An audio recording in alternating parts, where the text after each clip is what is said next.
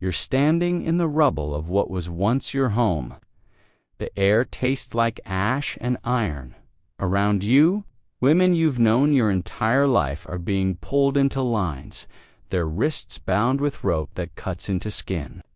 A man in an embroidered caftan walks past each face, pointing left or right with casual efficiency.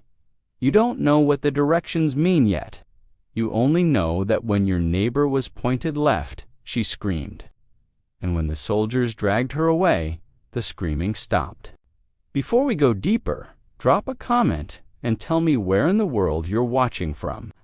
It genuinely amazes me that a story this dark, buried for centuries, now reaches every corner of the globe. Thank you for being here. This was the Balkans in the 16th century. The year was 1526, just after the Battle of Mohacs, where the Ottoman army shattered the Kingdom of Hungary in less than 2 hours. Over 15,000 Hungarian soldiers died on the field, but the soldiers' deaths were the easy part. What came next, for the women they left behind, was something history tried very hard to forget. Because when an Ottoman army took a city, the conquest didn't end with the last sword stroke. It began there. The wives of defeated warriors were not considered casualties of war. They were considered inventory, and the system that awaited them was not born of chaos or rage. It was law. It was bureaucracy. It was written into the administrative backbone of one of history's most powerful empires. The Ottomans didn't enslave women accidentally. They engineered it. The moment a city fell, specialized officials called subak entered behind the soldiers. Their job wasn't to fight. It was to categorize. They moved through streets still wet with blood and divided the survivors with surgical precision. Men were separated first, sorted into laborers, prisoners, or corpses. Then came the women. Wives, daughters, mothers, sisters. They were grouped by age, appearance, and perceived value. And this is where the nightmare truly began, because the Ottomans didn't just take them, they appraised them. Ottoman physicians and clerks conducted what they called the muezzin, a detailed physical inspection. Women were lined up in courtyards or marketplaces, forced to open their mouths so officials could check their teeth like horses. Their hands were examined for calluses to determine work capability. Their bodies were scrutinized for youth, fertility, beauty. A scribe stood nearby with parchment, recording every detail. Name, origin, approximate age, physical condition, estimated worth. One woman might be valued at 40 aki. Another, if younger or more striking, could be priced at 300. The difference determined everything. Where you went, what you became, whether you lived. Young women with fair skin and notable features were marked for transport to Constantinople. They would disappear into the imperial harem or be sold to wealthy households. Older women, or those deemed less desirable, were assigned to labor camps, domestic servitude, or simply abandoned to die on the roadside during the long march east. The efficiency was chilling. There was no room for mercy because mercy wasn't part of the system. This was Islamic jurisprudence applied through Ottoman administrative genius. Under Sharia law, captives taken in jihad were classified as sabaya spoils of war, and their fate was determined by the conqueror. The Ottomans turned this religious allowance into an empire-wide operation, and so the columns began to move. Thousands of women, chained at the wrists and ankles, were forced to march for weeks across mountains and plains to ward the slave markets of the empire. Some collapsed from hunger, some from thirst. Those who couldn't continue were cut loose from the chains and left where they fell. No one stopped. No one looked back. The caravan had a schedule. The markets were waiting. When the survivors finally reached cities like Constantinople, Bursa, or Edirne, they entered a world that functioned like any other commercial hub, except the product was human. The Asir Pazari, the official slave market, was not hidden in back alleys. It stood in the open, licensed, and taxed by the state. Women were displayed on raised platforms. Potential buyers walked among them, inspecting faces, touching hands, asking them to walk or turn. If a woman spoke Turkish, her value increased. If she had skills in embroidery, cooking, or music, she might attract a wealthier buyer. If she resisted or wept too openly, she was beaten into compliance or sold at a discount. Behind every transaction stood a clerk with an inkpot and ledger. He recorded the sale, collected the tax, and filed the document in the imperial archives. Centuries later, those records still exist. Rows and rows of names, prices, and origins. They are not historical curiosities. They are receipts, proof that suffering was profitable, proof that the empire didn't just tolerate this system, it depended on it. But the markets were only the beginning. For the women deemed most beautiful or most valuable, a darker fate awaited. They were funneled into the harem, and here the myths must be shattered. The Ottoman harem was not a place of romance or luxury. It was a prison of gold. Inside the Topkapi Palace, hundreds of women from conquered lands lived under constant surveillance by eunuch guards. They were forbidden to leave, forbidden to contact their families, forbidden to speak their native languages. A Greek woman became Ake, a Hungarian woman became Fatma. Their names, like their pasts, were erased. Survival in the harem required ruthless adaptation. Women competed for the Sultan's attention not out of desire, but out of necessity. Favor meant protection. Neglect meant invisibility, abuse, or death in isolation. New arrivals were trained by older concubines in Ottoman etiquette, language, and Islamic practice. Refusal to convert was met with solitary confinement, starvation, or flogging.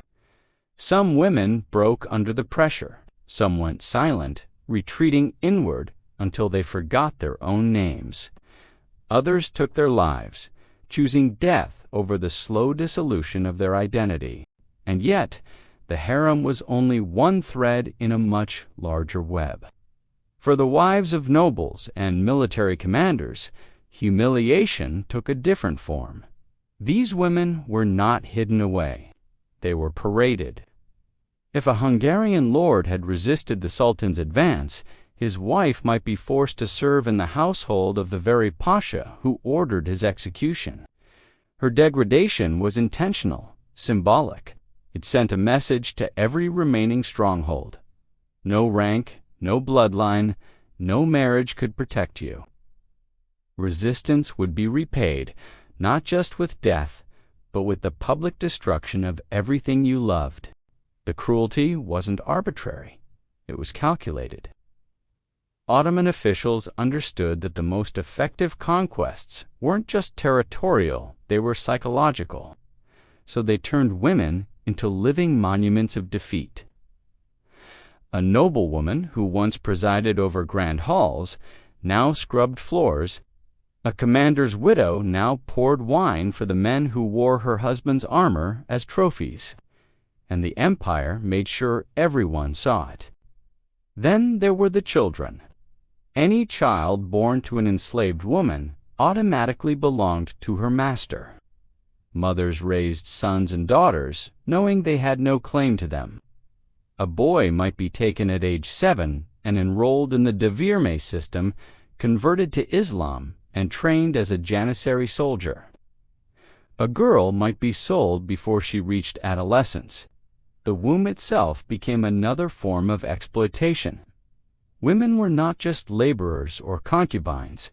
They were breeders of the next generation of Ottoman servants, soldiers, and slaves. This is what made the system so devastatingly effective. It didn't just conquer land, it conquered futures. It severed bloodlines, erased languages, and dismantled entire cultures, one family at a time. The battlefield might last a day, but the consequences stretched across lifetimes, and the records prove it. In the Ottoman archives, historians have uncovered thousands upon thousands of documents detailing the capture, sale, and distribution of women. Each entry is cold, factual, bureaucratic, but between the lines lies an ocean of grief. A woman listed as Makarp, meaning Hungarian, sold for 60 aki in 1529. Another, unnamed, recorded only as Syrizan Kari-blonde concubine purchased by an officer in Nuskadar. These were not statistics, they were people. They had mothers who searched for them. They had children who would never know their names. Resistance was rare, but it happened. Some women attempted escape, bribing guards or fleeing during transport. Most were recaptured within days. The punishment was public and severe. Flogging, branding, in some cases, execution as an example. A few managed to send letters back to their families, smuggled out by sympathetic traders. Those letters, when they survive, are almost unbearable to read.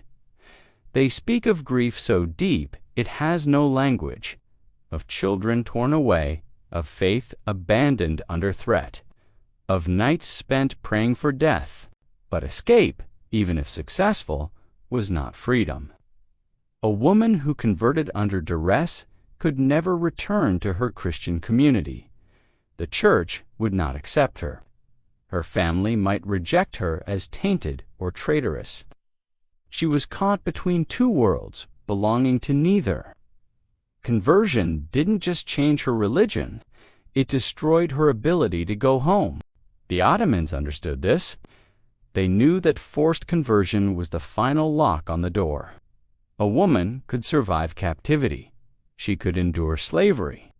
But once her identity was rewritten in the empire's ledgers, she ceased to exist as who she had been. And the empire made sure that transformation was irreversible. The process of conversion itself was designed to break the spirit. Women were brought before Islamic scholars and ordered to recite the Shahada, the declaration of faith. If they refused, they were denied food, denied water, locked in darkness until their resistance crumbled. When they finally spoke the words, it wasn't faith. It was surrender. And the empire recorded it as voluntary. The document would read that she embraced Islam willingly, that she chose her new name, that she entered servitude of her own accord. The lie became official truth. What's perhaps most disturbing is how normalized this became. By the mid-16th century, the slave markets operated with the regularity of grain exchanges. Prices fluctuated based on supply. After a major victory, the markets flooded with captives and values dropped. During peacetime, scarcity drove prices up. Merchants specialized in different types of slaves. Some dealt exclusively in domestic servants. Others focused on concubines for wealthy households. There were brokers who purchased women in bulk from military commanders and resold them at markup in urban centers. The economic system was so sophisticated that credit networks developed around it. A merchant might purchase a group of captives on loan, transport them to Constantinople, and repay the debt with profit after sale. The empire taxed every transaction, generating enormous revenue. In some years, the slave trade represented a significant portion of imperial income. War wasn't just about territory. It was about acquisition. Every conquest opened new markets. Every defeated army meant new inventory. This system didn't exist in isolation. It influenced the entire social fabric of Ottoman society. Wealthy households competed to own the most beautiful or skilled slaves. A concubine from a noble European family became a status symbol. Her presence in a household signaled wealth, power, and connection to military success. Guests would be shown these women like one might display fine art or rare treasures. Their suffering was entertainment, their degradation was prestige, and the women adapted in ways that haunt the historical record. Some became so assimilated that they defended the system that enslaved them. After years in the harem, a woman might forget her native language, embrace Ottoman customs, and even look down on new arrivals who resisted. This psychological transformation was perhaps the cruelest victory of all. The empire didn't just capture bodies, it captured minds. It turned victims into collaborators, not through loyalty, but through the complete erosion of any alternative identity. There are accounts of women who rose to positions of influence within the harem system. A concubine who bore the sultan's son could become a Hasaki sultan, wielding considerable power. But even this was a trap. Her influence depended entirely on her son's favor and the sultan's life. One political shift could send her back into obscurity or worse. The system allowed for the illusion of power while maintaining absolute control. For the vast majority, though, there was no ascension. There was only survival. Women worked in kitchens, laundries, and workshops. They served until their bodies gave out. Some were sold multiple times over their lives, passed from household to household as their value diminished with age. The elderly and infirm were often cast out to beg or starve. The system consumed them and discarded them. What happened to these women also devastated the communities they left behind. Entire villages in Hungary, Serbia, Greece, and beyond lost their female populations. The demographic impact was catastrophic. With women taken en masse, birth rates collapsed. Communities couldn't rebuild. Some towns never recovered, slowly dying over generations. The Ottoman conquest didn't just defeat armies, it hollowed out societies. The psychological trauma spread like a contagion. Survivors who remained carried the weight of what they'd witnessed. Fathers who watched daughters dragged away. Sons who saw their mothers chained and marched east. These memories poisoned entire generations. Fear became embedded in the collective consciousness of borderland populations. For centuries after, communities lived in terror of Ottoman raids, not because of the battles, but because of what happened after. The few women who did return, whether through ransom or rare release, found themselves strangers in their own lands. Years of forced assimilation left them unable to reintegrate. They spoke Turkish, mixed with their native tongue. They practiced Islamic prayers alongside Christian ones, confused and conflicted. Their families often didn't know how to receive them. Were they victims or collaborators, pure or tainted? Many lived in isolation, rejected by the very communities they'd been torn from. There's a letter preserved in the archives of a Croatian monastery, written by a priest in 1537. He describes a woman who returned to her village after 12 years in Ottoman captivity. She couldn't remember her baptismal name. She flinched at church bells. She wept when she saw bread because it reminded her of starvation during her captivity. The priest wrote that she was a ghost among the living, neither here nor there, belonging to no world. 3 months after her return, she walked into a river and didn't come out. These stories multiplied across the centuries. Each conquest brought a new wave of suffering. The siege of Constantinople in 1453, the wars in Persia, the campaigns in North Africa. Everywhere the Ottoman army marched, the same machinery of enslavement followed. Different cities, different languages, same ledgers, same markets, same destruction. The system finally began to decline in the 19th century, not because of moral awakening, but because of political pressure from European powers and internal reform movements. The empire abolished legal slavery in 1857, though enforcement was sporadic and the practice continued illegally for decades. Even then, thousands of women remained trapped in households, their status unchanged by laws that existed only on paper. But the end of the system didn't erase its legacy. The descendants of enslaved women scattered across the former Ottoman territories carry genetic and cultural markers of that trauma. DNA studies have revealed the movement of populations, the forced mixing of bloodlines, the erasure of ancestral connections. Historians are only now beginning to piece together the full scale of what happened as archives open and oral histories are finally recorded. What remains most haunting is the silence. Despite the thousands of women who passed through this system, despite the centuries it operated, we have almost no first-person accounts. No memoirs written by the women themselves, no testimonies preserved in their own words. The voices that history recorded were those of the merchants, the officials, the owners.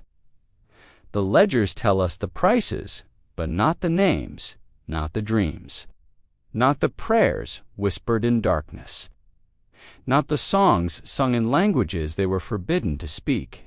We know they existed. We know they suffered. We know the system that consumed them was legal, organized, and vast. But we don't know them. The empire made sure of that. Because the most complete form of conquest isn't just taking someone's freedom or even their life, it's taking their voice. It's ensuring that when history is written, they exist only as numbers in a ledger, shadows in someone else's story. And that might be the darkest truth of all. Not just what was done to them, but how thoroughly they were erased.